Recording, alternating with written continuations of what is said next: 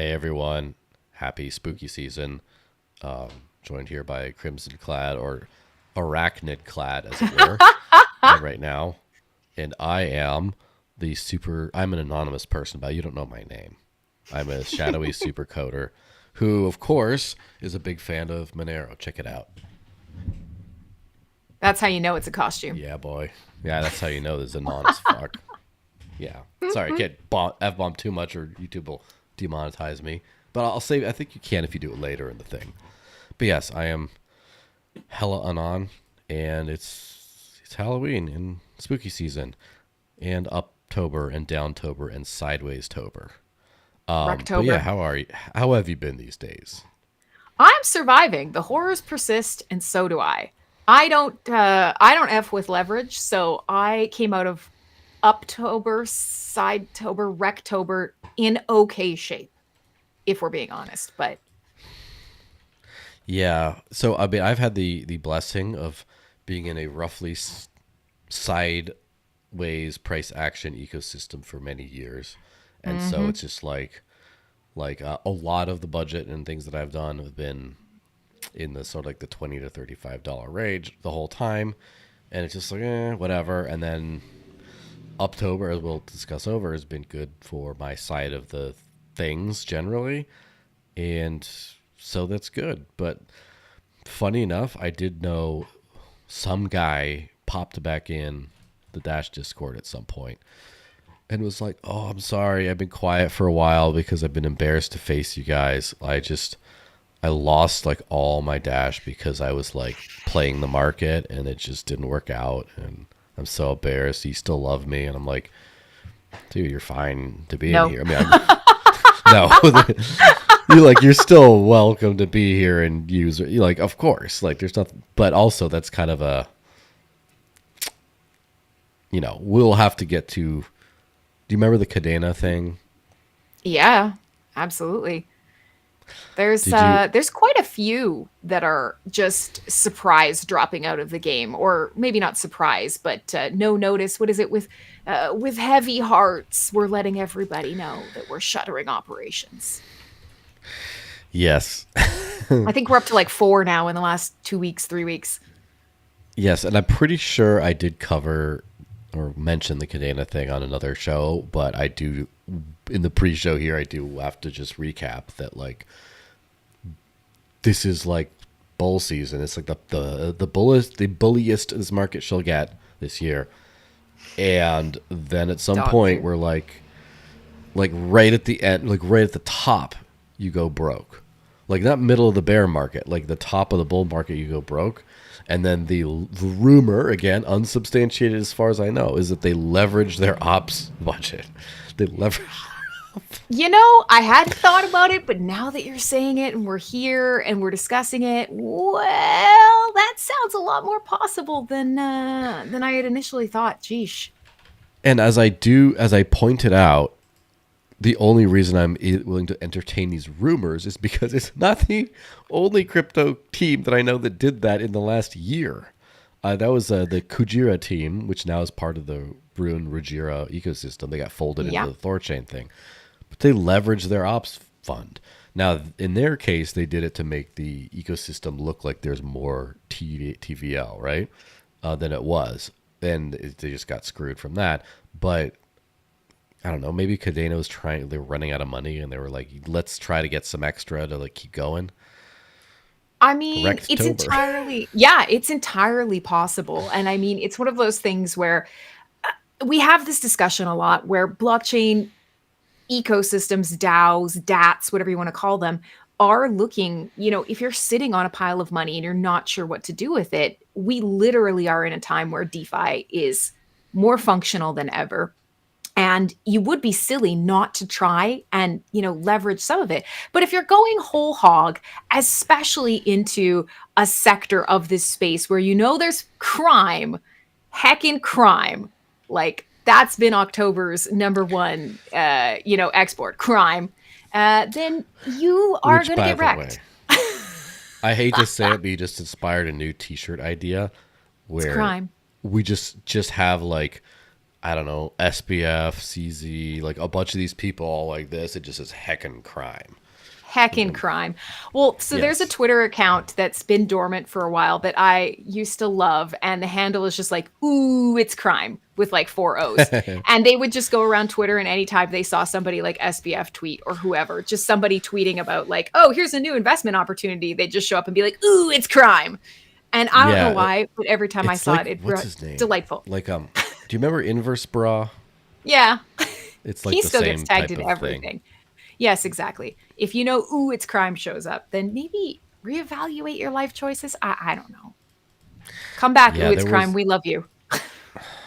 We need there's you. got to be we need a hero holding up for. You know what's funny about that song is I have two variants of that.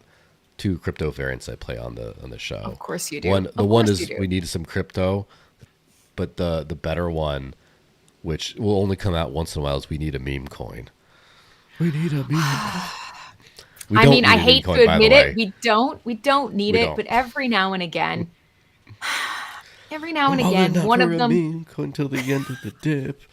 Anyway, so one of them comes out with something that slaps for like a day, and you have to kind of admit that you're like, okay, I'm not mad that I'm seeing all this all over my timeline. I just wish it wasn't associated with anything that I do or anything that I touch or any of my freedom money. yes, it is fun money, not freedom money. Correct. Yeah, it sounds like a good transition point to the intro. Get your minds out of the gutter, you politically charged people. And yeah, let's go. Ready? 3, 2, 1, intro.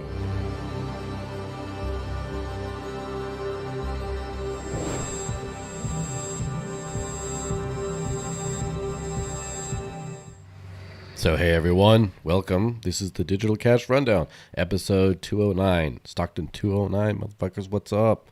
I'm joined by the one and only Crimsonclad, Crimtopia. Oh, I want to Whatever. go there. How's it going? Crimtopia.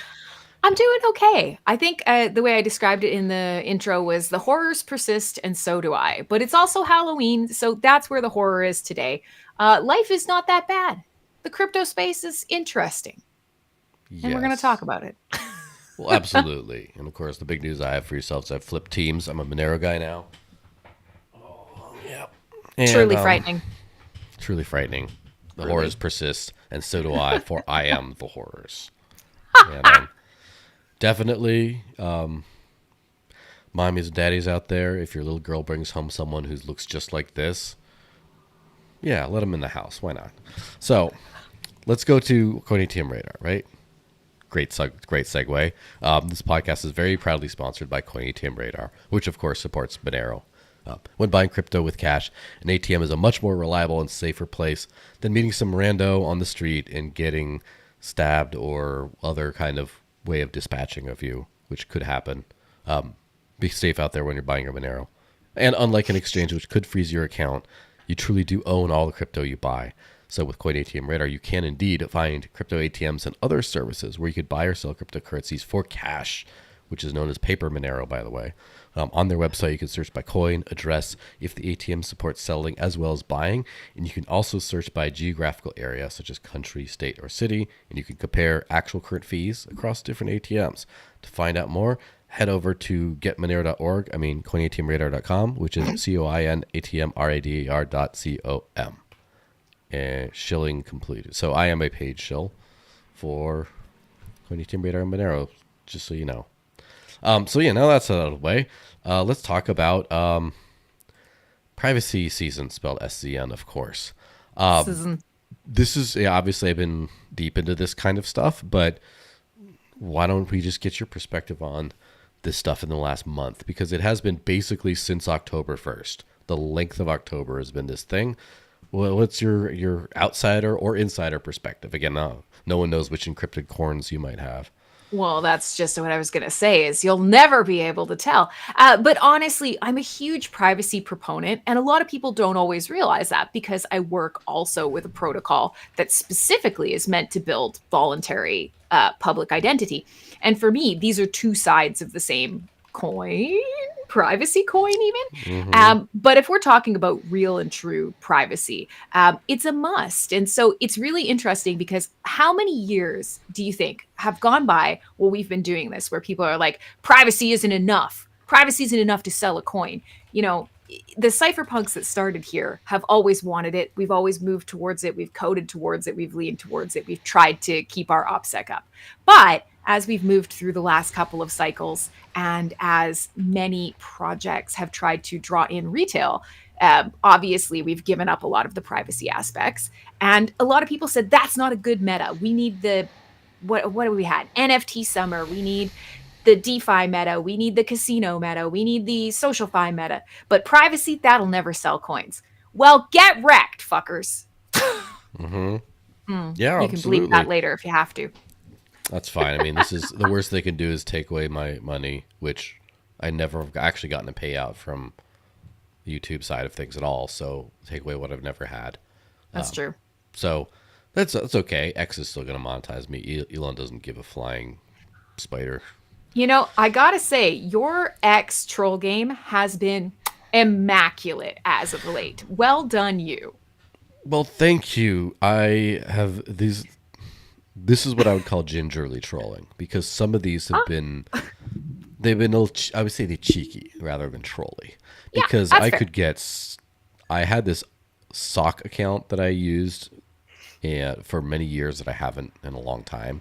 You know, I've been trying to get better. I'm in recovery, but that has was much more sassy than that. And so, like for example, I don't swear on X at all, and I say statements that I could always like back up personally, even if I'm having fun. I don't say things that I don't that people like, you said this at this time that it's going to bite me in the ass later. So this is taming me by trolling, But I have to admit, I had too much fun with the whole skill issue thing, and no Yeah, regrets about yeah. that. People got upset. You've been picking at the BDs and the exchange listings and the Hmm. baldies, and honestly, good for you. It's nice to see that you can be a little cheeky, and most people do take it in stride. And I think this is one of those things. I see a lot of people are good at it. Justin Bonds is really good at it as well. He's willing to do some jabs, take some jabs, as long as it doesn't turn into ad hominem, as you say, or just stupid attacks or swears or making stuff up. Which, let's be realistic, crypto Twitter is real good at. Yeah, why not? We should be adversarial. That's That's why I'm here. anti-fragility at work. Yeah, it's funny you should say that. Like literally 2 minutes before we joined, I was on a different podcast with such Justin Bonds, and on the whole multiverse X drama because it used to be his darling coin amongst others, and then he had some criticisms of the way some of the founders did some stuff, and then there was a lot of like mudslinging that happened after that amongst the greater communities. And we do actually go over like, hair splitting on some of these words that were inflammatory, that some of them could be seen as ad hominem, while Justin argued that they weren't. And yeah, so it's just funny you should mention that. Mudslinging on crypto Twitter, sir. Hmm. Impossible. Impossible.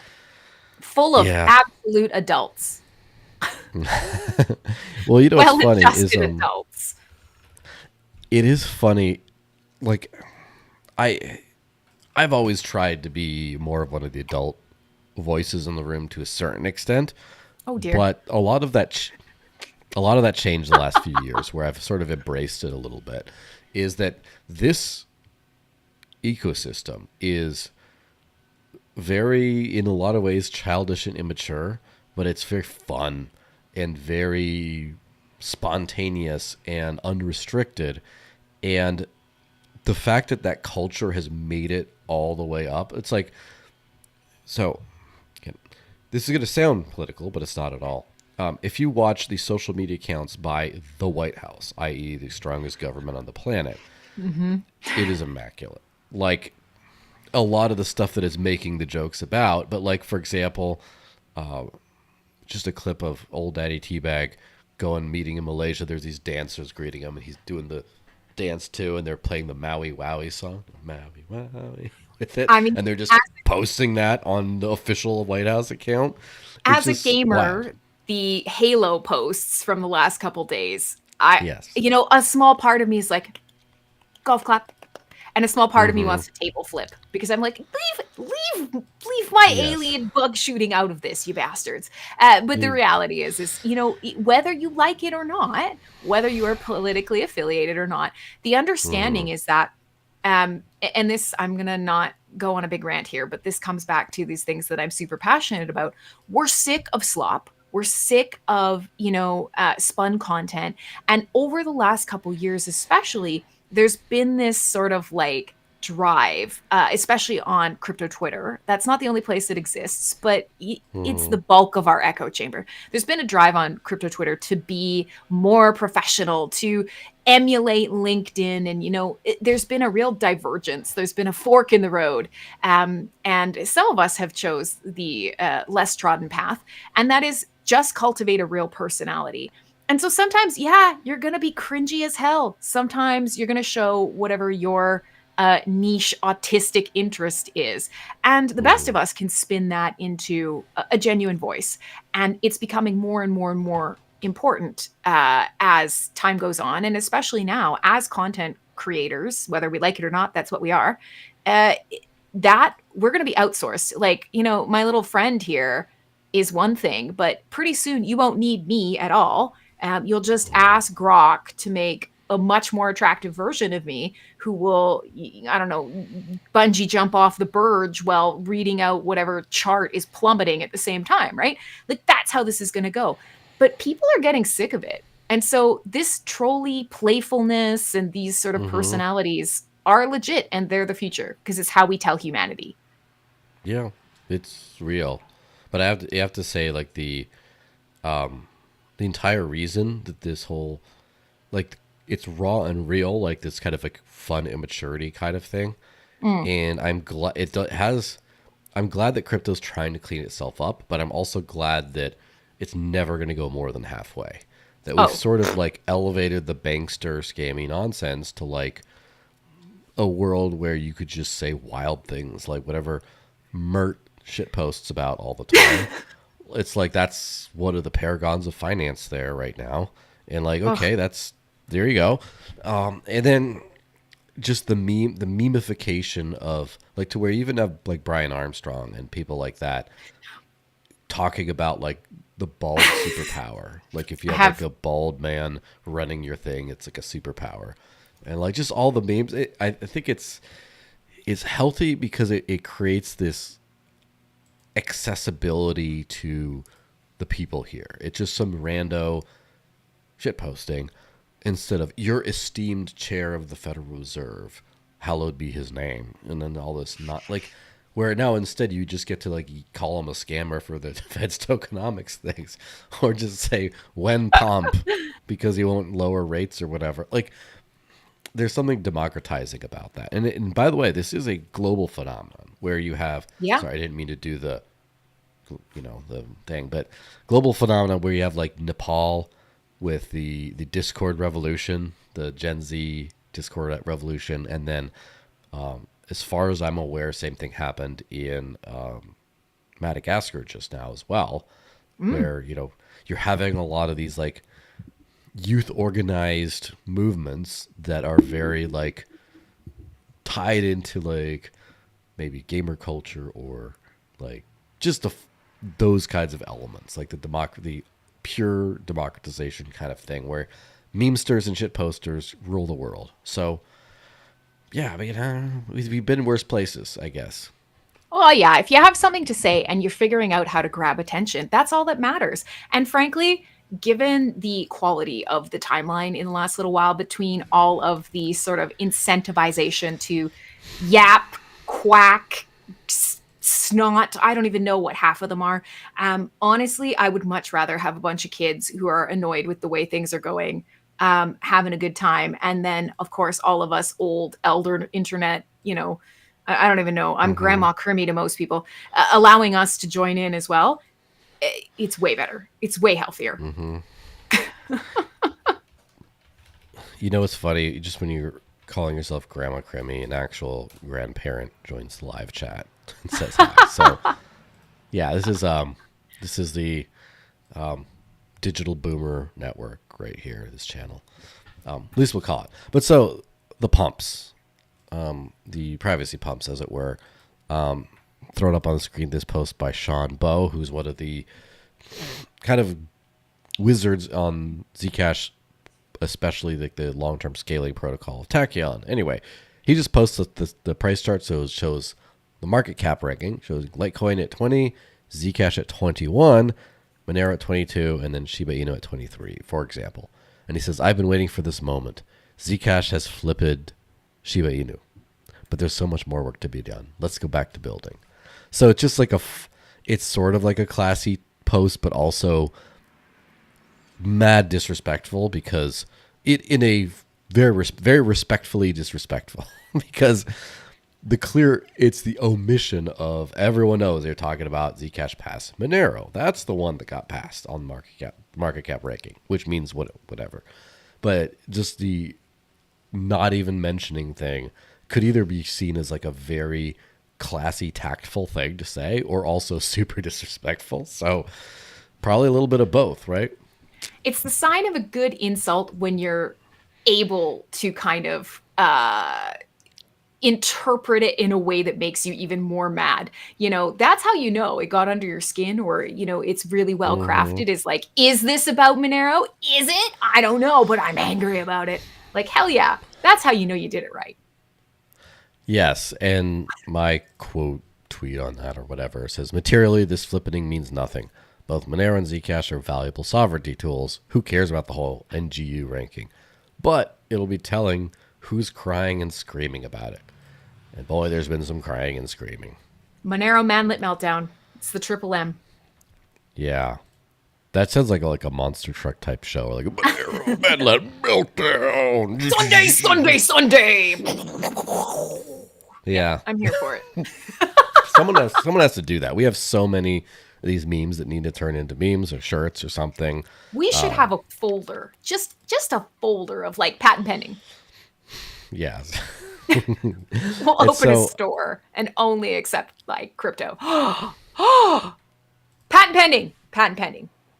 Yes, many patents. Patent pending if you're a BSV. Anyway. Well, sorry, it is Halloween. I could say spooky shit all I want. Okay, fair enough. It's your show. You're the boss. Yes, I'll cry if I want to. So these memes here, right? I sent you two of them ahead of time. Did.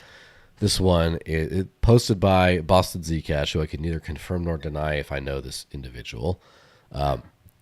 Having Mentos, like Zcash Mentos, about to throw it in a Coke bottle full of like screaming Monero people. Boom. And then the other one is like the orchestra, where you have the the Zcash conductor conducting an orchestra of screaming Monero people.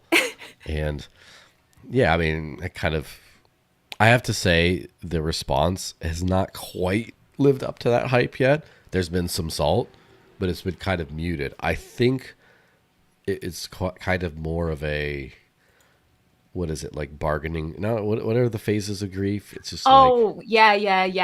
You're right. There's anger, there's denial, there's bargaining. I know it ends with acceptance, and we're definitely not at acceptance yet. So yeah, it's something like bargaining, right? Because at first, it's when the price popped off initially, right? When it just started going from like 30, 40 to like 100 or more, that you had most of the symphony going off. And then it started to be like, well, no, it's never going to happen. And then when the polymarket thing went on, there was a polymarket bet of like, will Zcash flip in Monero by the end of this year? And there's a lot of betting action there. It's pretty close for a while. Yeah. So a bunch of comments were super denial, right? And then at some point we just hit around to now it's probably like bargaining. It's like, well, but even though it passed, we still got the this and the that, and so it's not as spicy as it could have been. And it shouldn't be spicy, right? It should just be like, oh wow, this is good for privacy. We'll get some of this into our project next too. And no, it's just pure bitterness. Now, from some people. Yeah. And I mean, we have to remember that, of course, the vast majority of people using these tools are not nearly insane enough to go out and be heard, yip yapping about them on any social media. And good for them. But, some of us, we like a good roll in the mud now and again.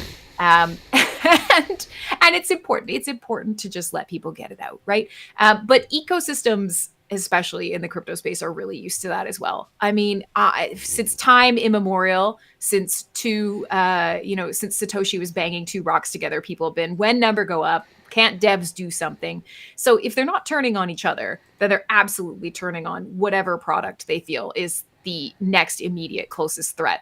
And I think we talk about this all the time in other topics, which is, there's just not enough of us in this space. We pretend, that there's tons of people here, but there's not. We really are a pretty small subsection of the world.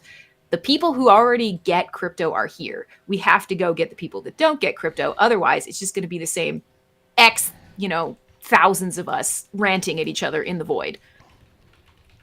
Yes, and I have to say, by the way, the number of people of DMs that I've gotten commenting on my outfit has been pretty fun. So at least it had the effect I thought it did. So I have to admit, it's so funny because I only really can see myself in like this tiny, tiny little preview in the corner, and my face is itchy as hell.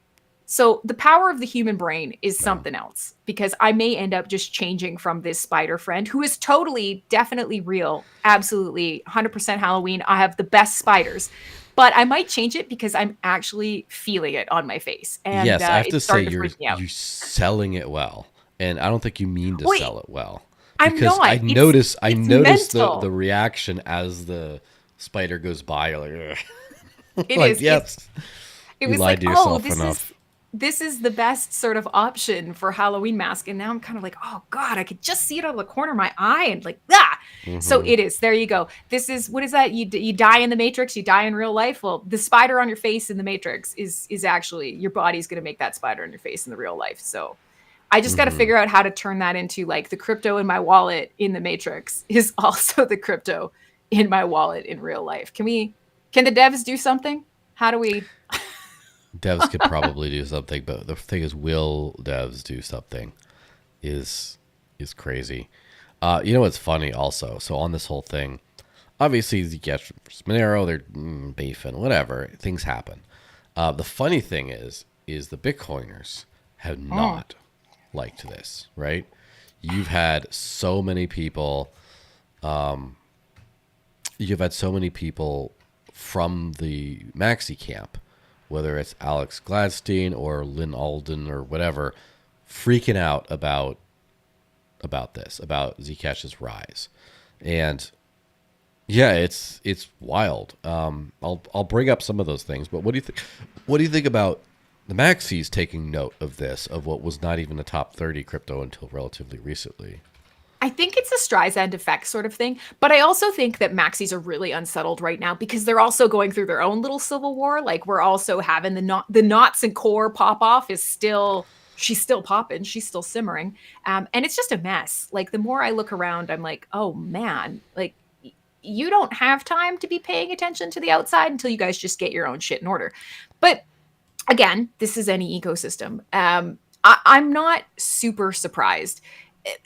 Bitcoin has been kind of circling the privacy issue for a long time. And for everybody that says, well, it's totally private, you can make it private, practice good OPSEC, be smart about your wallet sanitization.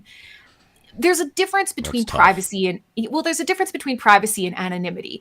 And I think that's a tricky one for people to grasp initially, is that technically, yes, you are able to act in private if people don't know these transactions are yours. But if the transactions are still public, even if they're not matched to you, you're not acting truly privately. And so I think it is really telling that people from whatever side they are in their own civil war in the Bitcoin ecosystem are starting to get a little bit rowdy about it because it's a projection thing. We all kind of get a little bit torqued about stuff we know we might not be doing super well, or places we know we can improve. And sometimes, the lady doth protest too much. So they're not 100% able to work on that right now because they've got other things that are happening. And I say they, like I'm not a Bitcoiner myself, but it's interesting, and the fact that it has touched off a lot of talk is almost a self-fulfilling prophecy. So now more people are thinking like, well, is Bitcoin private enough? Are these privacy coins more important? Is this the true Bitcoin? Is this the real evolution? Oh You God. know, and so you've Streisanded yourself. And maybe that's not a bad thing because these discussions have to happen inside Mm-hmm. the ecosystem. Maybe it's confusing for the normies, but you know what? The normies probably have no idea what's going on at the best of times, anyways. They all bought Yeah. freaking Trump coin. So, Well, hopefully not, because didn't do Rectober very well for again. them. Ooh, Rectober. it's crime. Yes, it's definitely. Well, technically, it's not because Don't the at me, one NSA. I'm the in one Canada. making the laws is the one who's directing the SEC is just saying, I don't want to be sued. Don't sue me. I've been sued a lot. Nobody gets sued It's like the I best do. crime. The best The crime. best, the greatest crime. Nobody does crime Anyway, so the thing where this got really interesting with the real Bitcoin stuff is that's sort of the lightning rod is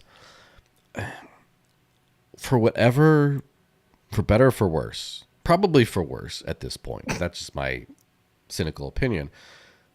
Bitcoin was a seminal moment in human history. Like Yeah. not the rest of crypto. Like the rest of crypto is going to be more important in the end.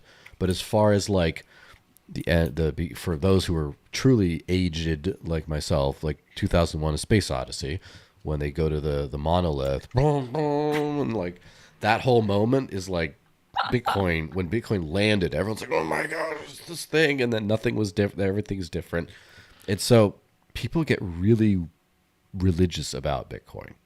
And so even if maxis do, but then even other people, like the narrative that has been winning a lot of the price pump of Zcash isn't just, oh, look at this, privacy's great and look how well we're doing. It's encrypted Bitcoin Yeah. specifically. Yeah. Zcash is encrypted Bitcoin. So, do we think of that as like stolen valor? Do you think is this part of why the Stolen maxis? valor. You know what I mean? Do you think this is part of why maxis get so absolutely heated about it? I really think so. Mm. It's because, first of all, it's like the Harry Potter meme, how dare you stand where you stood kind of thing. Like, they don't like that at all.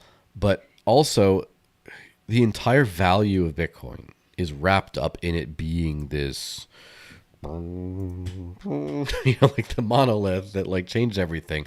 And there can be only one. It's Bitcoin, not crypto. And no, like sailors, there is We no are second best, and all that stuff. Like, it's so dumb, but that's the mythos. And if you start to say, hey, this too, but better, then they're like, they lose it. we can argue about it, but that has always been, especially when we're talking about like esoteric concepts, you have to have a comparison point. And crypto has very little comparison points out in, I was going to say the real world, like we don't exist in the real world, but A, We there's a don't. Let's digital be honest. spider on my face, and B, we really don't. We are in a Mm-hmm. whole different reality.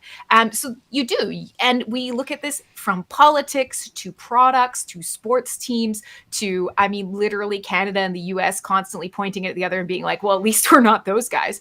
That's how you set a baseline. That's how you build a comparison. So I could see how it happens.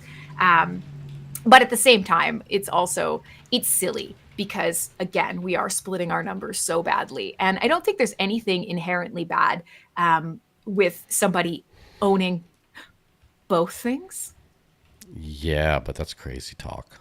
That's It's true. funny, the owning or liking. It's like a fealty. It goes beyond that. It's But just that's where this thing is. So like, and also, again, there's this gentleman by the name of Grubbles, who also posted, "Lightning is encrypted Bitcoin," which ooh, haha, ooh. haha. But it's funny how it goes to this narrative where they get really like they're coming at the king. It's like you're coming for the, like no one else. The thing is like Monero is like Monero people. First of all, the idea and ethos, etc. of Monero. Again, that's not just saying because I've switched teams today. Even before that, I would have said that I is probably one of the closest to Bitcoin to the maxis as you could get, as far as like the aesthetics, the vibe, the cypherpunk run your own node from the basement looking like me and stuff, except with an actual Guy Fawkes mask, not like a pussy like me right here. But like the point is like that's more the threat, but because it's infinite supply and it's something else, they're saying it's like Bitcoin but private. Whereas Zcash are saying encrypted Bitcoin 21 million, that became a way bigger threat. Way bigger Sure. threat than Monero for some reason. So it's just kind of interesting to see.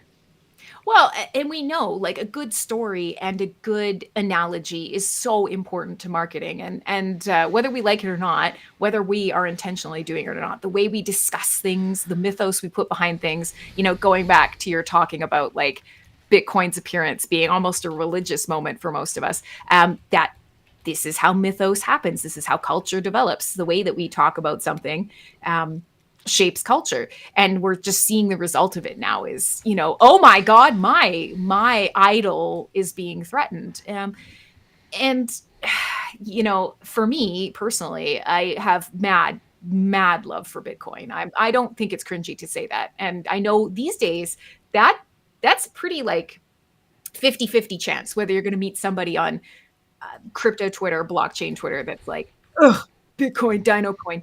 But the reality is ossification of code base and sort of sitting on the laurels of accepting Lightning as a real P2P, like instant payment, is just not going to cut it.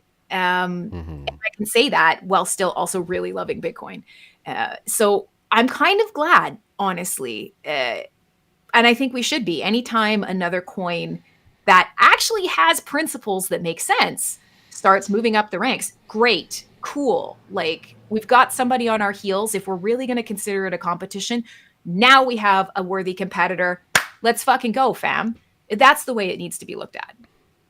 Yeah, I mean, I do agree that the thing about like when you challenge these things, it's going to put a light of fire under Bitcoiners, Tahikis, whatever, to Tuhukasus? get them to Tukai. get them to to upgrade things, right? To get it to actually Scientific. work. And so that's been one of those. It's been interesting with this last cycle. This is one of the all the cycles are different, right? And I've been through how for many bull bear markets, like four, I think by now. But like, I've been Oh up my and down, God. woo, ever since 2013, right? 2013 was like my first experience with a 10x bull, and then the crash, and then the 2017 bull, and then the crash, and the 2021 bull, and then the crash, and then this bull, and now it's gonna be, it's gonna be crashuary or whatever in next year, whenever that starts to go down, just the way it goes. This has been a weird cycle though, and Oh, this has been the wheel on the shopping cart that goes a little like this. I'm here for it. I think it Yeah. is really interesting though, because as you say, the more cycles you've been involved in, the fear is beaten out of you. It's just how it is. And definitely, I would have never expected that even for myself. I mean, I don't want to like lean into the tropes, but I'm pretty risk averse as far as, these things Hmm. go. And then, I hear people in again the real world talking about, oh my God, my stocks dropped a little bit, or oh, the interest rate on my mortgage. And Stonks. I'm just like, my portfolio just lost like 5 figures, but it'll come Hmm. back maybe in 3 days. I don't know. I'll just sit on it for a minute. And it's just, I realize how much it's changed my mentality around risk in general, my understanding of economics and finance, and the fact that it's just all made up. It's like, what was it? Whose line is it, anyways? It's all made up and the points don't Hmm. matter. That's where we're at, frankly. So, Hmm. okay, forget it. Yeah. Cycle's not going to cycle. Okay. Well, that's the funny thing about this is it's been mostly, I think, the FTX wipeout chased people to quality, or what they think is quality, which is Bitcoin. Hmm. And also, alt season didn't really happen to anyone except for privacy season this month, spooky season. So Um, many and the thing is, though, Bitcoin had peak hype in 2021 where they're like, oh my gosh, we got Lightning, we got El Salvador, we're getting institutions, all this stuff, blah, blah, blah. Ever since then, there has been, you know, good old Daddy Teabag kind of making it a friendlier world in the US and pumping bags, Daddy. But other than that, there's been nothing going on in Bitcoin. Like, there's been the ordinals things messed everyone up, caused this schism, which is still going on. There's all these other upgrades that we need for this and that, and like none of them get through, and all the builders are sad, and like no one's using Bitcoin's money. Everyone's migrating to stable coins, and it just Bitcoin's doing super well, but an empty, or has I should say, but it's an empty do well. It's just like well, the rest of the space has gotten no money, but they've been built. I mean, across the whole space, there's been so much building, and so yeah. then now we're getting to this point where, let's just say someone like Zcash has been building a ton, and then say Bitcoin has been pumping a ton, and now the build is starting to pump, and now there's starting to be that like, ooh, And we're now smad about it. if the pump keeps going, then the building here will start again. That's kind of what I hope is going to happen. Yeah, me too. And I think it's likely, but I do think we are at a really weird sort of spot in that I don't think anybody ever expected that sort of the natural inclination to work on the internal functions of Bitcoin would line up with a couple of other coins kind of starting to build a narrative that is maybe, like, let's face it, we don't see anything yet that has the same presence as Bitcoin, and that's fine. But we are starting to see narratives. I hate that word. Fuck. We're starting to see stories in other ecosystems, other coins that are compelling, and they're compelling not inside this space. And that is Mm, different because Bitcoin was compelling to us, the dorks, the mm-hmm. nerds, the cool, like shadowy supercoder types, the people, the sovereign minded people, the finance people, whatever. We got them, they're here, we got them instantly. But all of a sudden, you have different types of coins that just for whatever reason are starting to be talked about outside of crypto Twitter, outside of the existing group. And it would be kind of foolish to disregard that because it's really indicative of where normal people are in their perception of money. And whether we like it or not, crypto to anybody outside, or blockchain even, anybody outside of this space, it's money. It's just a weird, different kind of money that I can't hold. And it's also magic and falls from the sky. And it could go away. And also maybe Mm-hmm. it's crime. Ooh, it's crime. So, you know, I'm sorry, that's the running Listen, gag I'm today. gonna have to. I'm gonna look this up while you're talking, by the way, because I think that running gag with a Monero shirt combined would be great. Because Ooh, it's like, going in our store. yeah, Ooh, patent pending. Ooh, it's patent pending. Yeah, so for me, that's one of the things that I think we forget really easily. So if we even just let's just take it outside of Zcash, outside of Monero, outside of privacy, like Solana on Wall Street. People are mad about it. They're mad. Or, Solana with the Western Union stuff. They oh, paid $50 million and it's only a 6-month contract. Yeah, they did. So what? Whether you like it or not, mm-hmm, they are starting to shape some of popular opinion of normies' perception of what digital money looks like. So mm-hmm. are we going to step in? Are we going to get some other narratives? Are we going Your coin pump or whatever. Um, but yeah, random thing, by the way, I took this off because it started to pull down on my neck and it wasn't feeling very good. But I'll put it back on at some point. Don't worry about that. I might switch to a skull. Honestly, I'm struggling with the spider. My face is Yes, so itchy. It's unbelievable.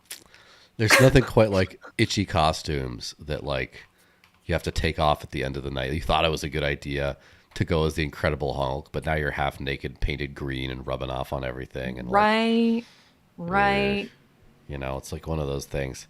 But while you find your skull, the Lynn Alden, the Hilarious. You Bitcoin think I person, don't have it whatever. loaded? There. Anyway, it says shared something on like the Zcash stuff saying don't become exit liquidity for coordinated token pumps. It's like, okay, well that's a little, which by the way, your filter is now much better. Thank you.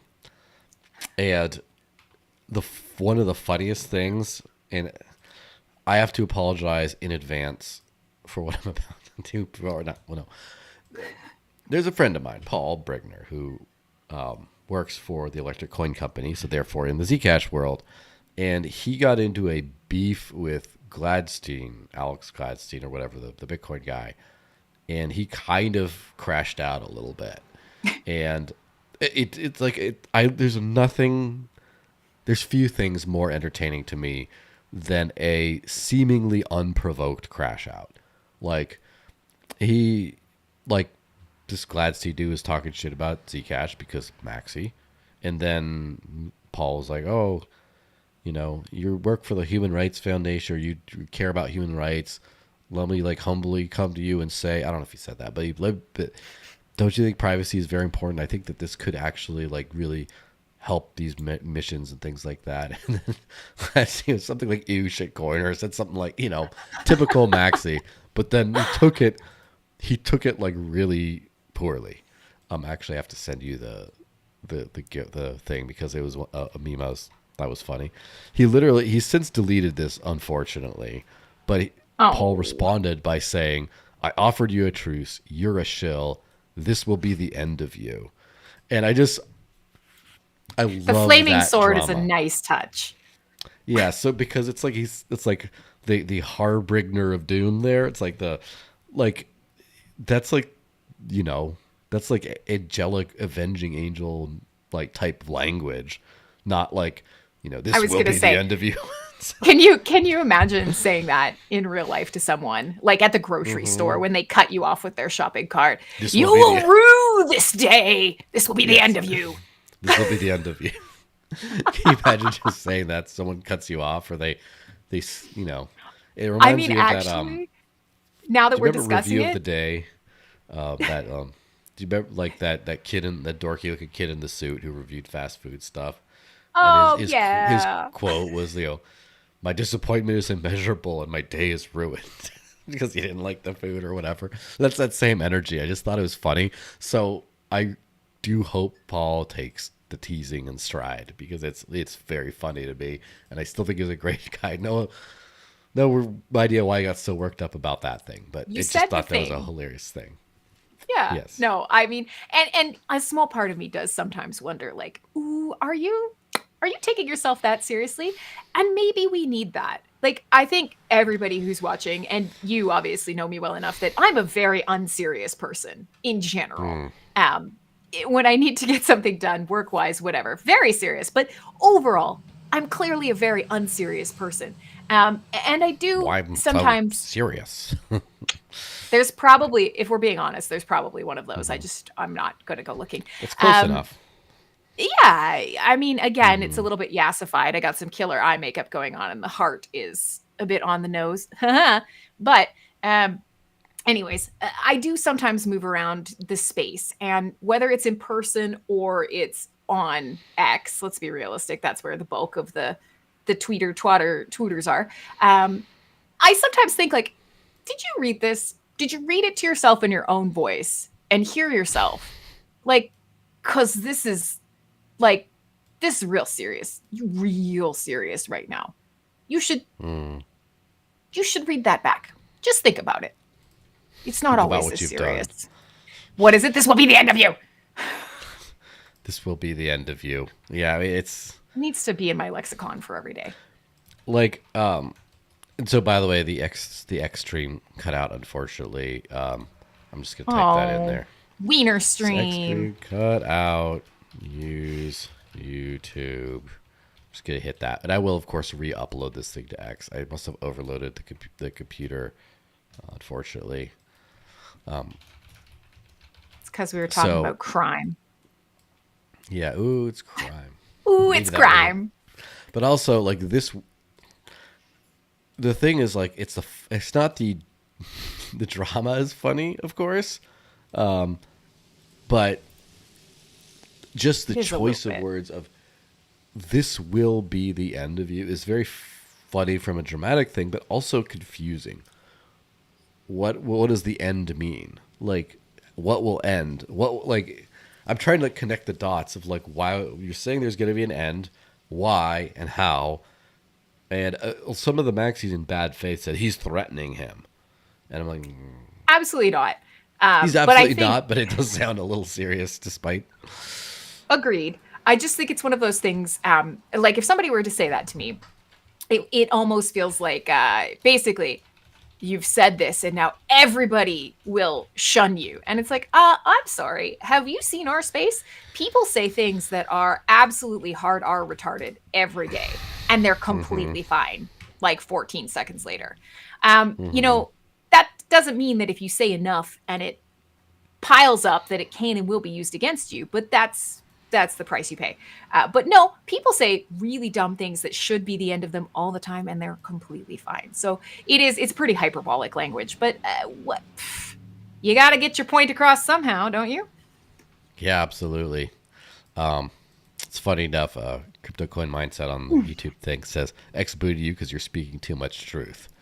To which I Ah, responded, I'm being delisted because I didn't bend the knee to regulators. oh boy. I mean, Yeah. I'm I'm not mad at the sentiment of the shirt. I like the cypherpunk bit. I like the anti-fiat bit. I mean, the merch is pretty solid. Yeah. Game recognizes Paul. game. Yeah, and it's also like a long sleeve T-shirt that has a hood. It's like one of those weird like rock climber things. Which, by the way, few know that before he got into crypto, Paul Pui, the formerly Airbits then Edge CEO, he owned a rock climbing gym. That was his day job. He is hella ripped, and also before that, I think he did own a restaurant at one point, and then also he did work at Nvidia at one point. But then Edge or Airbit slash Edge was his first foray into crypto, and he's just still here. So like, clearly out of my league in terms of like, you know, Well, I yeah. mean, let's face it, you were here in crypto pretty early. You may not have founded anything per se, but we were laughing about this a little bit in a space that I was on earlier this morning, the re-rising of the term the cockroaches. It is us. Mm, We are they. They is us. We is bugs. Can't kill us. Can't get rid of us. We infest your house, and we will literally be here till the apocalypse. And I'm not mad at it. It is a great term, especially because I was seeing across this whole cycle people calling, these are the investors, the speculators, the NFTers, all the different mm, groups that were here. And who's left? Just the cockroaches. And yes, I think, Tether, just Tether. oh Lord, Same thing. Cockroach that survives the nuclear holocaust. Sorry, can we thoughts. say I that on have this on YouTube? thoughts. Yes. Can we? I don't know. It's your money, not mine. Yeah, It's your well, it's never my getting the lack money, of not mine. yes. When I was still streaming on YouTube back in the day, a much more YouTube Hmm. unfriendly topic. The amount of times that YouTube cut my stream, deleted all my videos, and I wasn't even talking about like this kind of thing. I just would play really loud music. YouTube needs to loosen up. Get it together, YouTube. Yes, absolutely. And if they cut this stream off, I'm still going on Odyssey as well. Which again, That's yay decentralization. It's like keep on. It's like the what is it? The Simpsons meme about throwing the guy out of the pub and he just comes right back in. Yep. Nope. hun- You're not getting me off the air. I'm sorry. It's just not happening. 100%. I don't know. I'm not trying to shape the discourse today, but speaking of decentralization, the Amazon apocalypse earlier as well, Oh yeah. where how much of our space went down? More than I'd Yeah, like to admit. a lot of it. Nothing in my. It kind of reminds me of the NPM package exploit, where it was like serious and widespread, but nothing that touched my part of the world got touched. Where like every wallet I work with and stuff was like, we're aware of this. Thankfully, we were not affected. Thankfully, like everyone was there. Same thing with the AWS thing. I didn't even notice it until I got invited on like a radio show out of Vermont to talk about it, and I'm just like, oh, I did hear about that. Okay, but yeah, AWS is, by the way, the acronym is for all shit, because fucking went down. All shit, just boom, I everything went mean, down. it's an interesting thing because obviously, especially for like enterprise type solutions, AWS obviously makes a lot of sense. Hey, But don't say that. in That's a most BSV cases, word. is it? Well, okay, listen, I came out of the I okay, bad OPSEC. I came out of corpo meat sack space, right? I mean, I worked in the corpo job for a long time, and enterprise turnkey market ready solutions are a big thing. It's where money goes in that Mm-hmm. space, right? Like we got to spend more to do less because we're lazy and we have a budget and whatever. So that's fine. But obviously, in the decentralized space, A, it's not really a great use of money in the first place. B, you should know how to run a node. You should know how to build your client. You should know how to, provision servers and data centers. And it is fascinating to me how many ecosystems, especially with centralized RPC and like endpoints, Mm-hmm. how they were all just straight up in AWS. That is wild to me, especially these ecosystems that are like decentralization, decentralization, decentralization. What Can the you name hell? names? Can I name names? Yeah, I didn't pay attention. So if Oh, you no. want to I name mean, names, we could literally just we could Google it, we could Twitter it, but just no, start at the top. actually, same as the ecosystems that I roll in. Even like look at Hive, like all these social front Mm-hmm. ends, hobby dApps, things like that.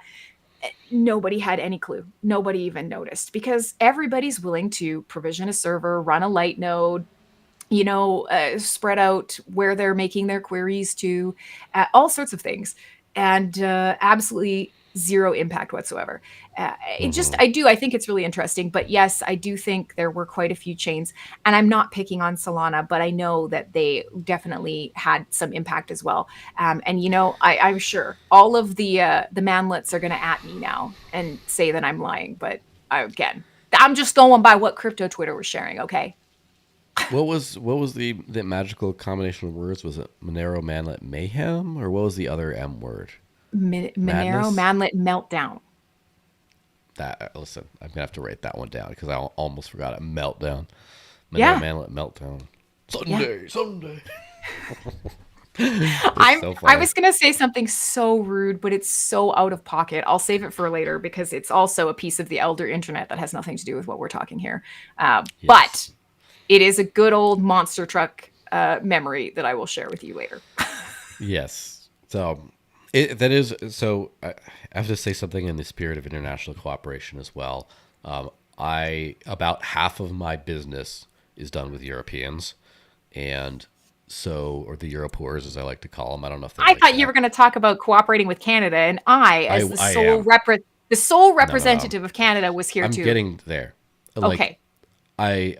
so I'm used to being on like the little like espresso cup with a pinky out side of things, like trying not to be too gauche for European sensibilities. And I do find it refreshing that I'm able to talk to someone from technically a different country on a technicality, right? That gets the absolute like trashiness of like monster truck mayhem type thing. Like the European mind cannot comprehend. And Oh, so no, no, I'm no. glad that at least there's that common ground of like, isn't that rad? This totally 100% real scar in my eyebrow is a very, very Mm-hmm. short story, villain origin story. My dad took me to a monster truck show while my mom was in the hospital and said, definitely don't take your daughter there while I'm giving birth. Did while she was giving birth to my sister. And I immediately fell the entire way down a cement set of stairs at the Coliseum and was taken in a Mm-hmm. police car back to the exact same hospital where my mom was giving birth, bleeding from my face. So, Yeah. yeah, I mean, that's a great story. It's also one of the most stereotypical dad stories possible. thousand And, percent. My dad wanted a boy so bad. it's not only, it's doing some, what the cherry on top is it's doing something mildly negligent and getting punished for it in an unfair way. Like, not, it wasn't anything he did. It was just like, the gods cursing kind of thing. So You yeah, it's know, a perfect story. I'd like to say that at the very least, the universe came through, and after many, many years of trying to pencil this thing in and draw it in with a sharpie, ultra hot muscle mommy Rhea Ripley came around, and now everybody thinks I just cut Hmm. it into my eyebrow to be cool, and I'm fine with that. If they think it's cool, I'm fine with it. And she's Yeah. smoking hot, so it's good. It's fine. Yeah, I heard in some circles it's a sign of lesbianism, but that's so different. Or isn't Oh that the yeah, piercings? Yeah. I don't know, Yeah. sir. I don't know. But Yes. you know what? Also, equal opportunity. What are we talking Yes. about here on this show? We We're love talking. That's everybody. what is that? Cross chain bridging? Is that what they call it? I don't know. This could Hmm. get really dark Hmm. really soon on that stuff. But This is um, this is like the last time we had a show and we went into the beating the dead horse and it went straight downhill. So, pick another crypto mhm. topic quick before we do it. Yes, of course. Well, just on that whole, let's speak of Solana. Let's dump on Merritt for a second. Not really dump on Merritt because he seems like a very intelligent guy who's done a lot of really good work and stuff. He and I had a back and forth. I wouldn't call it an argument. I think it was kind of an argument from his side, but it was not from my side. Where he's been one of the biggest Zcash shills lately at all. Like he's like Solana, and then he's like no, but Zcash too, encrypted Bitcoin, all this stuff. He kind of helped get this meme going a little bit, and then Zcash has been focusing on something, or the Shielded Labs, I should say, has been focusing on this thing called Crosslink, which would be sort of a staked finality layer for Zcash, which basically would turn it into a hybrid proof of work, proof of stake system that leverages both for security, right? Many such cases, whether it's the Dashes, the Decreds, the Fearos, the Xanos, like all those of the world, there's a lot of those. Mert is not happy about that, though. He's very much into it's got to be like Bitcoin. It's got to be encrypted Bitcoin. And there was like some back and forth where, I sort of was asking him genuine questions and he was kind of being like rude and dismissive about it a little bit. And anyway, it was kind of interesting. And my psychological thesis on this, right? Because if you can't win a technical argument, you might as well like break You down might why as their well parents mess didn't with their love them. heads. Yes. Well, the Lord already messed with his heads. He's He's 30 and bald. doesn't It's a have hair, bald but joke. but yeah, he makes his own bald jokes. That's why I feel it's on the table.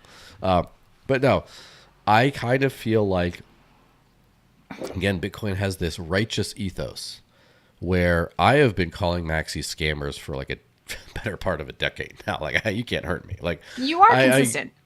yes, again, before my time, unfortunately.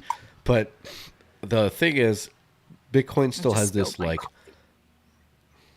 well, as a sign of protest, is like the self-immolating monk kind of thing. I just spilled my coffee all over my desk. Okay. Anyways, it's fine. Sorry, continue. Yeah, so it's like righteousness, right? Bitcoin is like the virgin birth. First there was nothing, then there was Bitcoin. No one knows who Satoshi was. He didn't make a dime because somehow these communist ideals are great in crypto. That like anyway, like just sorry, I had to tee up other things, but like all this stuff, and then at the end of the day, Solana, which I need to do a much deeper dive into the tech and the ecosystem and stuff before I could speak confidently on all this stuff. It seems like it's a technological marvel to a certain extent that also is built to service, for the most part, some of the more base interests of humanity. So it is the shitcoin casino on steroids. That's kind of it's a technological marvel that was built just like VHS for porn, for example, like to do this, right?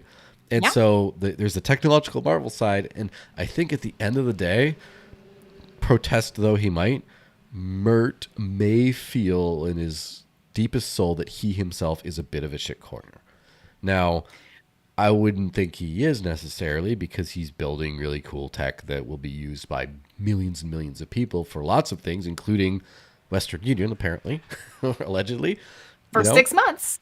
Yes, at least for 6 months. You got like a Las Vegas marriage length of like, usage on there, but it's good. But I think that he doesn't, he's looking to be a champion of a righteous thing like Bitcoin as an Hmm. absolution. And Yeah. so it's like that's why it's like it has to be proof of work, it has to be 21 million, it has to be all these things, it has to be the second coming of Bitcoin. So therefore, this is he shows it way more than he shows Solana, which is his day job, right? Yeah. Because this is where he gets to seek redemption. This is like the sketchy corporate lawyer who gets to be like a human rights activist on the side or something. It's like that's kind of where that got into. Now, do you think I'm completely just projecting because old Shiny Dome, who happened to also be from the great nation of Kanekistan, he ended up getting mad at me or something? Do you think it's projection, or do you think there's anything to it? No, no, and I will say, like, I'm going to throw it out here for our bald kings. If you are starting to lose your hair, it does mean you are likely very high test. So A plus, good for you. But that Yeah. being said, Listen, as if the Monero guard didn't give it away, I'm clearly low T. But go on. also be proud of your luscious, luscious hair. Look, I'm just again, we're standing everybody here. No, I definitely think there is something to this. And it is interesting because originally Solana for me was like, Jesus, Murphy Jones. This is Hmm. so freaking centralized. The chain cannot stay up for more than a month at a time. It's insane to me, the function of this. But that being said, the changes over the last year are wild. And I think it's really worth being looking at it and saying, okay, well, yeah, the tech absolutely is evolving because it started out roughly working, but managed to get a lot of talent, get a lot of attention. And the people that A came lot in of wanted sneakers. to make a lot of sneakers. Yeah, well, Yeah. crepes, all sorts of cool swag. Um, but the talent and the funds and everything that it brought in, it got in the type of people who were like, okay, now we make it more decentralized. Now we make it actually work. Now we actually we could do a whole show on sort of Mert's actual new block explorer that's kind of Uh like the huh. world's most terrifying public data collection device, but neither here nor there. I Maybe think there that's why he's is, into privacy. well, cripes. When you take a look at this thing, like the answer to, hey, Solana RPCs are almost completely unusable, super expensive to try and run, and almost everybody developing hates everything to do with them, which is why you can't really develop easily on Solana, to like now, Mm, absolutely everything all the time, all seeing Sauron eye. Checks and balances, right? But all I'm saying is the ecosystem has evolved, and I can say this without any deep knowledge and without any tribalism coming into play. I hold some Solana, I look at some of the stuff, I do some of the things. Is it my number one coin? No, it's not. No big deal. But I can see that there's a momentum in the direction that I personally think is great. So he's got hmm. that going for him. But I think there's no way to sort of shake that start, and there's no way to shake the obvious direction with between the Wall Street stuff and the TradFi adoption stuff. It's a loss of that initial cypherpunk cohort and their ideologies. So I think you're absolutely right. I think there's something of, yes, I'm building this and I'm working on this and I'm going to make it as good as I can, but this is the thing. This is the Hmm. thing. And it's a kind of a way of straddling the line, fence sitting a little bit, a toe in each pool, because you don't Hmm. want to get so out of touch with where we started. I think that's a Yes, a fair toe take. in Canada, toe in Dubai. Yes. Line So straddler Mert. that's some long legs, man. Yes. I mean, do you know if he's tall or not? I don't actually. I I've never met him. I don't know. And technically, the manlet term does, like the Solana manlets. Yeah. They took that term back. That's their term. That's their Yes, of word. course. I So wonder. I couldn't tell you. Manlet's a I'm gonna. feeling, not I'm a gonna not a look this up. height. I'm gonna see if Grok knows how tall he is. Just out of curiosity. But all jokes, and also serious commentary aside, I am a fan of Mert and his work, and I'm Yeah. not going to not be a fan of his work. Also, like he's he and Justin Bonds are sort of buddies to a certain extent because they kind of are both big Solana defenders online. Hmm. Now, Justin, on the other hand, being Dutch is not a short person, right? It doesn't turn out that way. Uh, but yeah, definitely not manlet zone. Let's see. The only place Justin is short is in his delivery. He's not going to take a long, flowery way of saying anything. He's just gonna. Yes. So, of course, like I definitely want to have this like chimed in, but apparently he must be very tall. Like supposedly, according to this, he could be like 6'6", 6'8", or something. Which I think Oh, this must be some joke, but I he mean, could be. like By the six way, I two do is like know. 90th percentile. Like that's. I'm not saying it's unlikely. He looks like he could be tall. I just is Grok Yeah, just making it up? That's the thing is, I think it's Okay, the I have problem is questioned myself. he's such a shit poster that all this sarcasm and comparison stuff and doctored photos for the lulls have been all over X, and that's what it's drawing from. Yeah,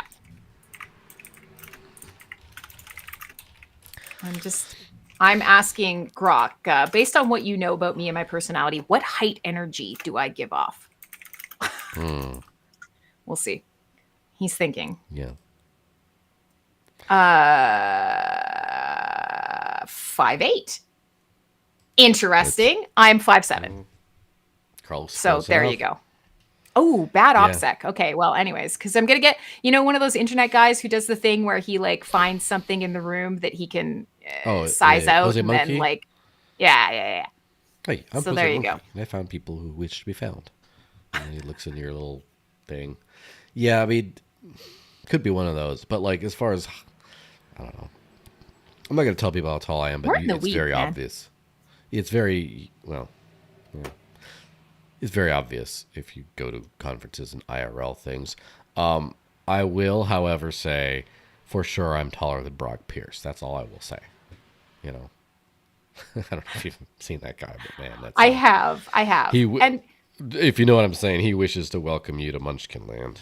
some. Like, Hey, listen, some of these tiny people, they have big dog presence. Although I am laughing because I just looked back over at the last bit that Grok put. High curiosity, medium mischief, zero tolerance for boring small talk. Yeah, okay, fair enough. mm-hmm. Grok can stay on the payroll for a little while longer. Yeah, it's funny. Some people get really like, really hung up on. I don't even know where it's going there. I saw a picture of Mert looking Mertitious, and I just sort of anyway, enough idle stuff about Mert. So, do you think? So we're in privacy season, sort of. First of all, do you think that we're going to have an alt season before this is over, or do you think that was kind of it? What are your bets? Okay, well, not financial advice, and I'm obviously not a betting girl because I don't swing in the casino. But I think I think we might be getting a little too close to Christmas, and I think some of and this is again North American standpoint. Let's be realistic. That's sort of my context, which is where most of my opinions will come from. Um, I've definitely seen, regardless of cycle, that as we go into the end of the year, people start thinking about selling crypto to buy Christmas presents, pay for this expensive period, like figure out what they're going to do for New Year's. And I'm not saying that that's enough pressure to drop prices, but I think it's indicative that most people, even in the space, do kind of like uncenter their brains around crypto as we hit this last quarter. So that's why, like Uptober and like what do we normally have after that? Because we usually have Slumptember, we have Uptober. Mm-hmm. Where do we go from that? And December is usually either like Valhalla glory or the absolute like hellscape apocalypse. There's really no in between. But I honestly think this year, I think we're going to see the first flattening of the cycle expectations. So rather than that huge upwards arc, we're starting to see like, it's not as extreme. The fact that we dumped and, still didn't go below 100K, well, okay, come on now. Like, did we dump it all? We're still absolutely up, up, up. But our Up only, in fact. expectations up only, but our expectations for the month and our expectations even week over week are severely out of whack with what happened. And that's really interesting. And I think it's partially sentiment. And I think it's also partially you invited all of the banksters in. And now they've got their thumb on the scale, and you're surprised that things look a little different. Interesting mistake. So I don't think we're going to have the alt season rocket if we're being real honest. Or if we do, I think it's going to come in the new year instead. I don't think it's happening this year, based on absolutely nothing but kind of observing the way that this cycle has gone thus far. Hmm. Am I good at that? Am I rich? No. So, take that with a grain of rice. But Of course. I think it's a fair take. And I think especially now that we have the narrative, privacy is where it's at. Most coins that were shaken out because they had no actual volume behind them or were, absolute nonsense coins really made the overall like month look terrible. And everybody else is kind of just floating along sideways. And that's not a bad thing. It's not up, it's not down. It just is. And that's great when we look at some of the way the world economy is going. Yeah. Which by decentralized creative, that guy from I the sure do. he He's a said I'm babe. taller than Hi. he says I'm taller than Charles Manson. So like, okay, take that for what it's worth. Great Halloweeny kind of reference. Yeah, the thing about you, neither up nor down, that to me, this is how you know I'm not like I would enjoy having more resources to my name or available for whatever. Who doesn't, right? No one's gonna be like, ew, money. But I don't really care about it primarily. Where I would easily get rid of the pumps if I could get rid of the dumps. Like 1,000%. I Not would even a just go question. sideways building just as long as I could keep on building, getting adoption and stuff like that. Just because, like, of course, I'd rather have the pumps, but the problem is the pumps, and then you have to deal with the oh my gosh, the money crashed. I have to rebudget things, and like people are like, why is it crashing? And it's harder to get people to install the freaking app and stuff. Like, I would get rid of all that and just be like, sideways only, just be like a Yeah. rattlesnake here, a sidewinder, just I mean, nothing but side. obviously, as you get more people in, inherently volume goes up, which means usage goes up, which means probably price goes up. But it's not like what we see now, which is, of course, massively manipulated swings in market caps that, even though they feel big inside our space, compared to what's happening in the outside world, are nothing, just nothing. Um, Hmm. and so it would be nice to see what if every single ecosystem, every single one, all of a sudden lost, say, the market making and some of the really wild volatility that comes specifically from people trying to make swings. And, if Hmm. they were just sitting back and using it as a part of their everyday life and building on and off, like, what would that look like? What if you did kind of smooth everything out? What would it look like? And how would it affect people's actual mental health? And I say this not as like crypto needs to save all the crazies. I mean it more like, how much more healthily would we think about crypto as money? How much more healthily would we think about sort of what sovereignty means? Because some people do come into the space, they hear these words, sovereign and, freedom and privacy and data and identity and financial ownership and all these things. But no matter what, they inherently equate it with, green candles up your ass. If those two were slightly divorced, how would the mental state in our space change? And, would it be a healthier place for building things of all types instead of just a few things with the hope that they're either going to do 1,000x and crush everyone else, or they're going to do just well enough to go to TGE, raise a ton, and then immediately die. But the founder and two of the devs managed to make out like gangbusters and get acquired. The difference, I think, would be marked, and I hope that this alt season is maybe going to herald that a little bit. Builder mentality, founder mentality, community mentality, because it's Yeah. healthier and more money over time, as you say. Well, I have to say, we do experience that with like the bottoming, right? So there's been a few cryptos that have sort of bottomed this last cycle. And like Mhm. Dash was definitely one of them. I think like the $20 range was just like because you hit like the actual utilitarian value as far as like this is what a company that serves this many people sending this many payments for this kind of thing. This is what a company's worth that does this level of business kind of thing. If you were able to do apples to apples, and so it's hard to crash below that. But then, well, of course, when things pump, I mean, the utility. I think the usage and utility may have increased 10 to 20% since that bottom, but it's double the price, and it's Yeah. probably, I'd hope, going higher. Like so that's the problem is you get that real stability at like the bottom, and you need to just raise your bottom.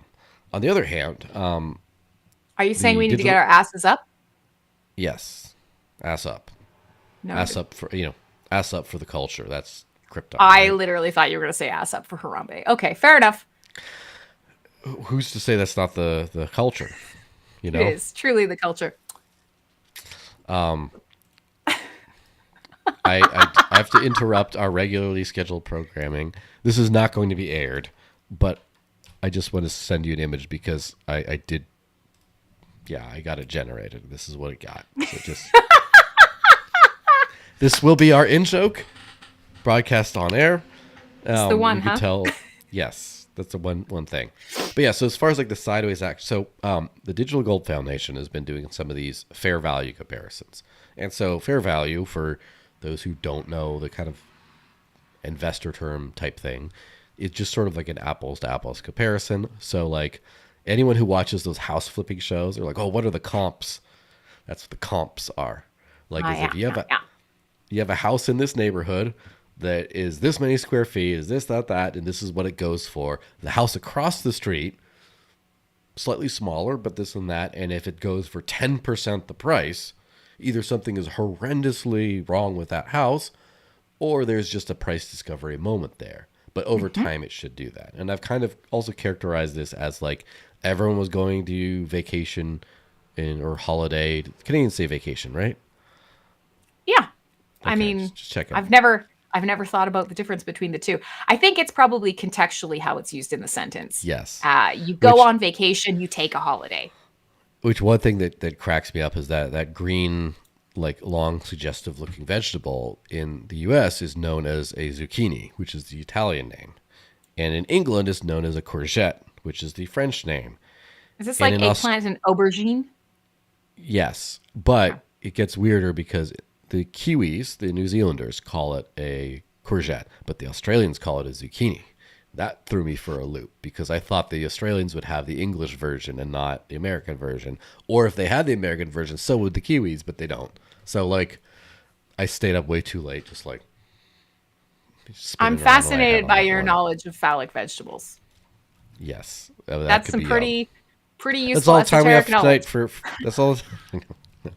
We're taking callers. No, we can't really end on that. But the point is, the apples to apples comparison type thing, comps, like for example, in people holiday in Italy, and the beautiful beaches and nice Mediterranean lifestyle, whatever, and then you could do the same for a fraction of the price in Croatia, but people didn't because they didn't know.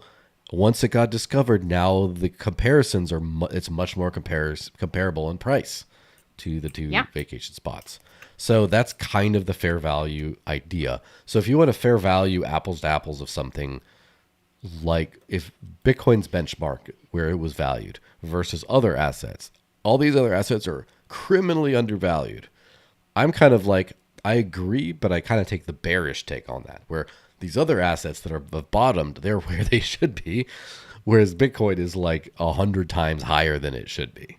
And I, so, Yeah. I agree with your take on this, and I think honestly, when you start talking about fair value and use the analogy of especially like houses, that's a really great way of kind of showing what's necessary to move the needle on fair value, which is, of course, capital injection. Nobody Mm-hmm. cares about comps unless they are planning to buy a house. Nobody cares Mm-hmm. about an expensive or inexpensive vacation place unless they are planning on paying for a vacation. And so it goes inside our ecosystem. It's great to start talking about fair value. And I think it's a really good indicator for builders and, people who are looking to allocate value who are already here. But to the outside world, if they're not planning on bringing capital in, they really just don't give a shit. It doesn't mean anything. Mm-hmm. And so I think it's an interesting way for us to start looking at, what's working, what features and, community values in sort of parallel work really well, drive value.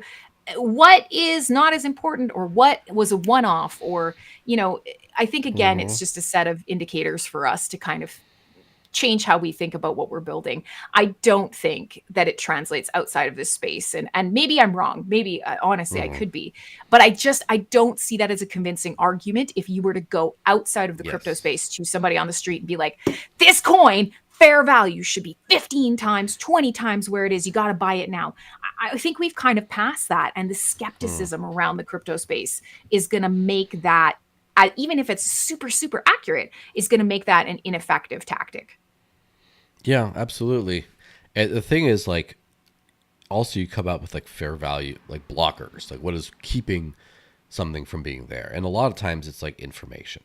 So, like, if I were to self analyze the Dash situation, I would say there's a few key things that block the apples to apples with Bitcoin kind of thing. Mhm. And a big one is knowledge. Just people just don't know. It's Yeah. shocking how little people in crypto know about anything other than their project.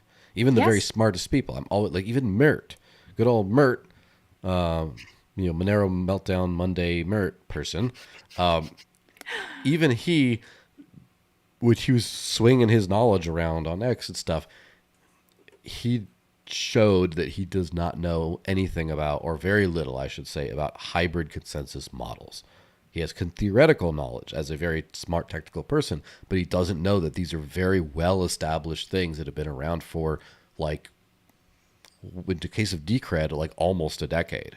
And Yeah. so in that case, there's just not a lot of knowledge as far as like, oh, what is actually out there? What does this? What does that? Etc.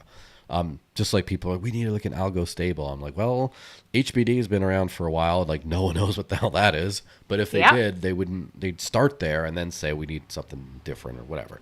But Yeah. so knowledge is number one. But then some other blockers that are very easy to see in retrospect are, first of all, the whole privacy thing was a massive depression for a while where people are like, oh my gosh, they're arresting developers, they're delisting here, uncertainty, FUD. So it's like, well, apples to apples, but this apple could be declared illegal. So let's price that in. Let's put that down. And then the Mhm. securities thing, like all the SEC cases that specifically named Dash in these cases against these exchanges, which now are gone, by the way. But at the time, Yeah. it's like, oh, illegal, push it down. And then just also just the thought of like, the Bitcoin like establishment and the virgin birth and all the other stuff. It's like, well, you don't it that doesn't translate directly across. But then you start getting rid of these, you address these things, and maybe you have room to grow. Or maybe Bitcoin is only up there because it is viewed as a one of one. And Yeah. once the one of one mythos goes away, then you start to share with the rest of the space. But it's just a fun thought experiment at that point. Yeah. Yeah. Yeah, I think I like that. I think that's what I'm going to take away from it. Is it's a great way Uh-huh. to sort of it's adversarial thinking to help you identify blockers. I think that's the best way to look at it if you're already in this Uh-huh. space, for sure. Yeah, and that's it's obviously identify blockers, also just any apples to apples style comparison, like with the holiday spots. It's like, okay, come to beautiful North Korea. It's like, oh, well, or for example, I would say like, would you rather vacation in, say again, Croatia, or like let's say El Salvador? Would you rather vacation in newly reduced crime El Salvador, or would you rather do it in Mexico where there are, it depends on where you're at, but there are cartel violence kind of things. And is that sketchy to you? And then it's like, okay, well, then in that case, the apples to apples has that extra risk factor that people don't like. And it's like people say, well, Bitcoin's been around for 16 or so years, 17 years with no CEO, founder. Like, all those people are gone. It's still kicking. People still like it. That weird creep in the orange tie keeps chilling it. Like, it's going to be around for a while. Whereas, like, one of the reasons I think Litecoin has been suppressed to this level is because it has highly been correlated with its founder. They think because Charlie Lee abandoned it at one point and then came back and then he sold at the top, which this is, again, I love my Litecoin brothers, especially shout out to 84 million for this hat, by the way. But that is just not a good sign. And I get they spun it as like, well, no, he tried to decentralize his bullshit. He sold the top. Sorry. But that bearishness and the thing about like, is the founder going to keep it going? Is he not? That uncertainty keeps it undervalued for what it does as far as actual payment volume in tech and things like that. And so there's just these random collections of things. I don't know, like Solana, I think was kept down by is it going to go down again? And then when it stopped 100%. kind of going down, it's just like, oh, okay. I can 100% say that is basically where I cycled some new capital in, is after like, oh, it's been able to stay up long enough now that, okay, well, now I would like a small position because I do want to see what's going on, what's going to be built, and whether or not I'd like to dip my foot in. I'm just going to say my toe, but let's face it, I'm not a by inches type of person. Whether or not I want to check out what's going on. That's right. I'm a whole stepper. That's right. So interestingly enough, but again, that's an existing coiner mentality. Is it a newbie mentality? Probably not. And I think it is. It comes back to that virgin birth. It's the perfect way of putting it. I mean, regardless of how you feel on the religious spectrum, we're going to a little bit of blasphemy for Halloween and the Holy Ghost that lady had the world's best excuse, and she was the only one that could use it. Like, she wrecked that excuse for everybody else. So, right? The greatest, the first, the best, the greatest of all time. That is that first to market, first mover, first narrative advantage will never go away. And I think that's going to be a shadow that we live in for a little bit longer, but maybe not that much longer. And I'm still, okay, I want your opinion, because we hear, oh my God, we've been here for 15 plus years, but also it's early. Like, what is it? So early. It's Schrodinger's time. Like, it is and it is not early. What time is it? Monero meltdown time. That meme will just never go away at this point. Nope, no, never. The time, it's privacy season, of course. It's Uptober, but for the next few hours, at least in my time zone. But we are kind of early. We're early to the way the space is going to be. Because the space has been all kinds of things, and I think it's starting to settle in. And one thing about this uncertainty, like Bitcoin got legal status in a few countries in some way.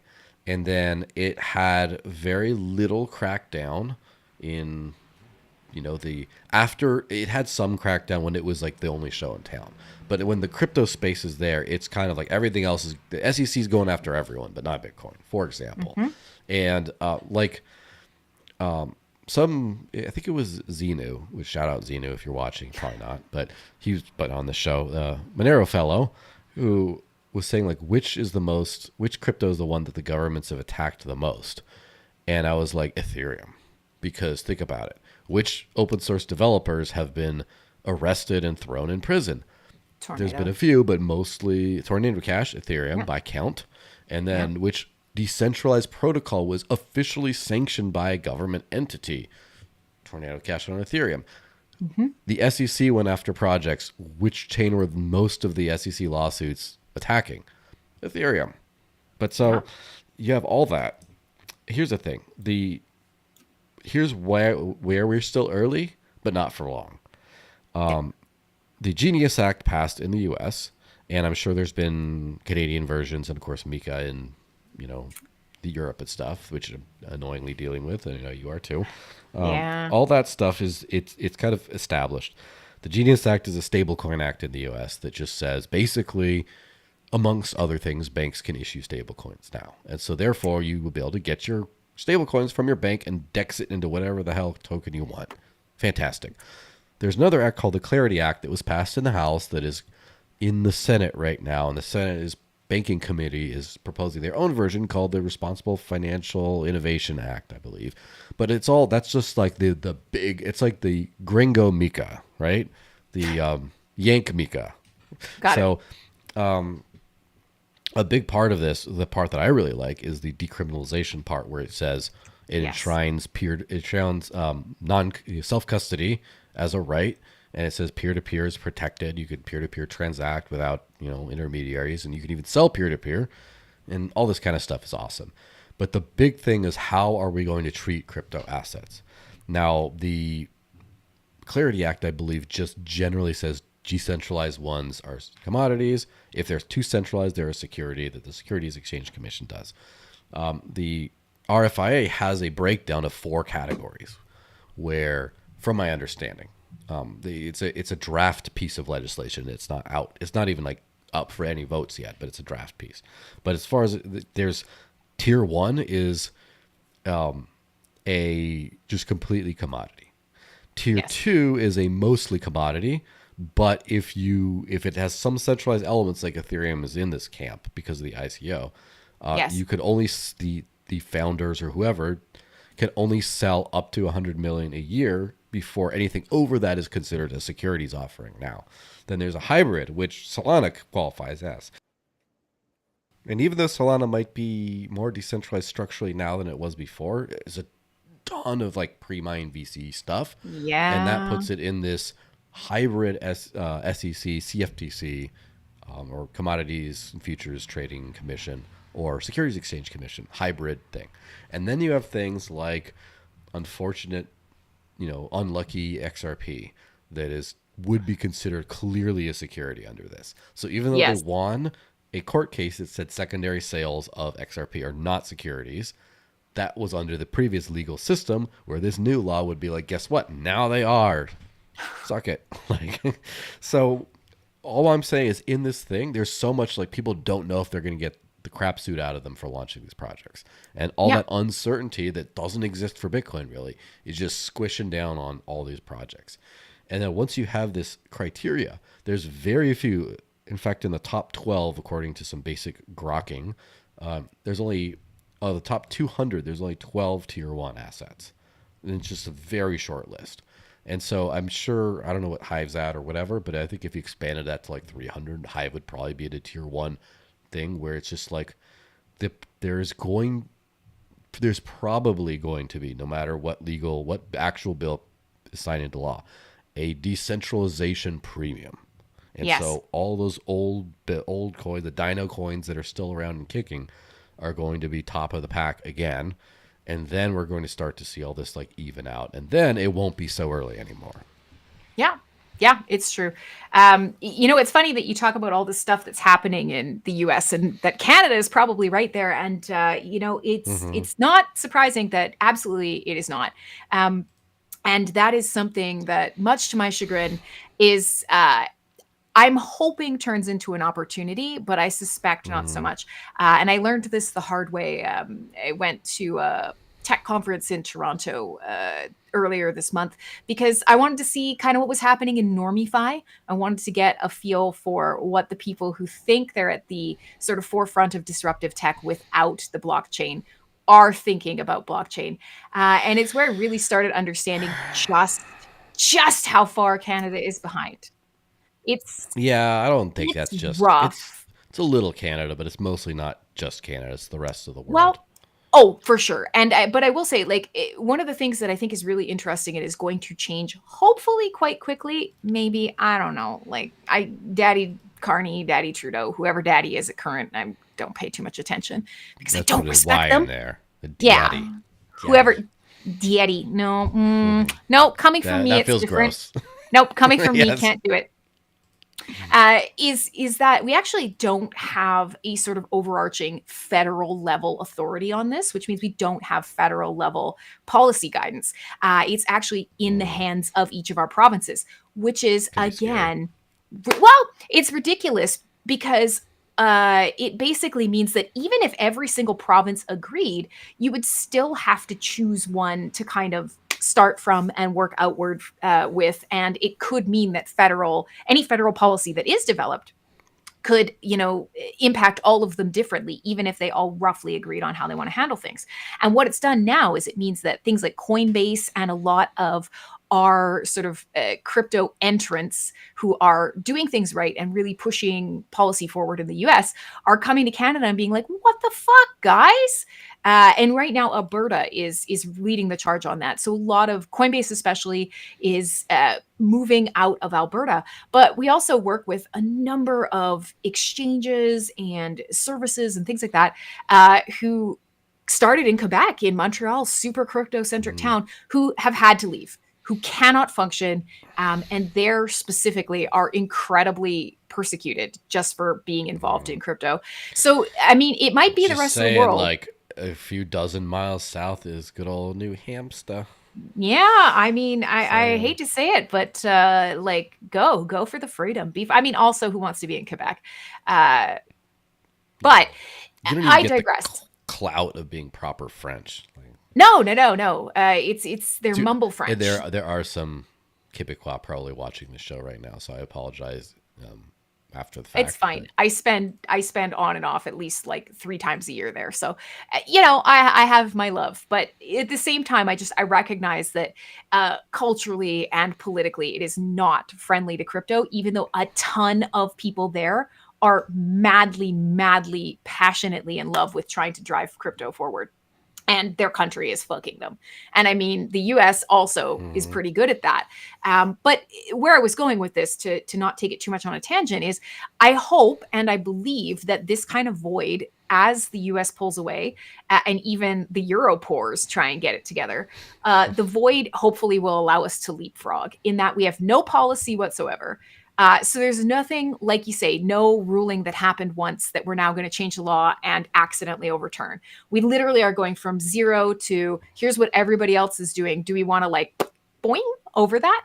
I'd like to believe it's possible. I don't necessarily think it's going to happen, but I'm kind of thinking that the more countries, the more nation states that enter the race, the more likely that is to happen. And we certainly are seeing it across the MENA region, Southeast Asia. Like they are, each one of those sort of little areas that is so crypto centric is trying to leapfrog the next, is trying to become a place where policy and funds and friendliness are open to bringing the disenfranchised crypto people there. So maybe it is, maybe we are not that early anymore. Maybe the alt season is coming, and maybe it is honestly driven by economies well outside of North America, because we think of it centered around our own experience. Yeah, But the strongest government in the world doesn't necessarily mean as much anymore when money is now stateless.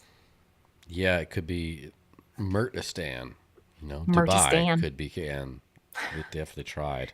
Okay, You but I know, did not like Dubai. I like, I neither did I. To be honest, it's like Phoenix where I used to live. It's like Arab Phoenix. but Phoenix at least has hiking if you get outside. Like you could Yeah, go to the Red Rocks, you can make it to like a canyon. What are you going to do in Dubai? You can walk around a big mall. Is that hiking? it could be. Depends on how big. Climb to the top of the Burj Khalifa. Take the stairs all the way up. Like, anyway, that would be brutal. Uh, let's wrap this thing up then. It's shill o'clock. What do you have to shill first? Let me get the tabs going. Yeah, well, like I say, I love Dash, I love my privacy coins, I love all the stuff that I'm involved in. But my big arc right now is obviously companion software and companion stack to go with that. And for every bit of privacy that we are building inside financial transactions, ZK proofs, the stuff that the government gives you that you need to keep private, there is Mm-hmm. also the need to create a public version of your identity. And that's why, obviously, I work inside the Hive ecosystem. It's not just because we are fast and feeless and have a great stable coin and a lot of really cool social and other options for value transaction. It's that it's going to become super, super, super important that proof of human exists. The more and more that we gentrify the internet, the more we're seeing this. What was the ad the other day that was making the rounds? Never pay a human again. You will need to be able to build a voluntary identity that is not just the identifiers that a government hands you on a piece of plastic under the threat of Mm-hmm. force. So for me, the big thing is that you will have beautiful, fast, functional private transactions. And you will also have an open social graph and an open ledger of transactions that is part reputation, part identity, and allows you to communicate, engage with value of all sorts anywhere in the world at any time. And you shouldn't have to pay or wait for it. So yeah, I'm a big Hive fan. If you're interested, you can go to hive.io. Some of the greatest places Mm-hmm. to start are things like Ecency, or if you're a big gamer, you can check out Splinterlands. Really wide ecosystem with a lot of social entry points. So especially if you are just getting into crypto and you're not quite ready to dive straight into this scary, esoteric financial stuff, you can learn by doing things like posting cat pictures. And you can also earn a little bit without a buy-in. And it tends to be a Yes. really great entry point where you do start appreciating digital money. You do start appreciating sovereignty, and you will move from our space outward and bring more crypto into your life, which is 100% A plus plus the goal. So And wherever you start, it will all be ovened by you, of it course. will all be ovened by you because we cook in fam. Yes. Of Let's course. never speak of it again. Now, I need I need to get back in uniform for my shill. Hold on. Oh yeah, okay. So, my shill o'clock thing is I will be speaking at Monerotopia this coming February. So, you can check this out February 12th to 15th in Ciudad de Mexico, Mexico City. Oh, There we go. There I'm on this thing. And I will be probably dressed like this up on stage. I'll probably will actually bring this shirt and do that and be all super cypherpunky again. So everyone, thanks for watching. Please give all these wonderful people, which is two of us, one of them was me, a follow on stuff. And check out the Hive ecosystem. I do use Hive pretty much daily at this point. And obviously check out the rest of the things. Don't buy Monero because they tell you that. Don't do it. Literally, Fluffy Ponies loves to say don't buy Monero, so don't. And yeah, but get yourself involved in some privacy. Remember, if you're wearing a hood and glasses, you're officially private and anonymous. So do that. hang on. Yes. Privacy? Boo. Oh, Ghost Chain. It's the Ghost Protocol or something. This is going to be the thing people screenshot. Is like, Boo. Don't buy Monero. yes, screenshot achieved. I will post this at some point in the future to promote the replay of the podcast. But anyway, thanks everyone for watching. Have a fantastic Halloween. Don't forget that your phone is for sure spying on you, and that fiat is a scam. Taxation is absolutely theft. Start living on crypto and decentralized data systems and content systems before it's too late. Don't embrace communism or manletism. Have a happy weekend. Bye-bye, everyone.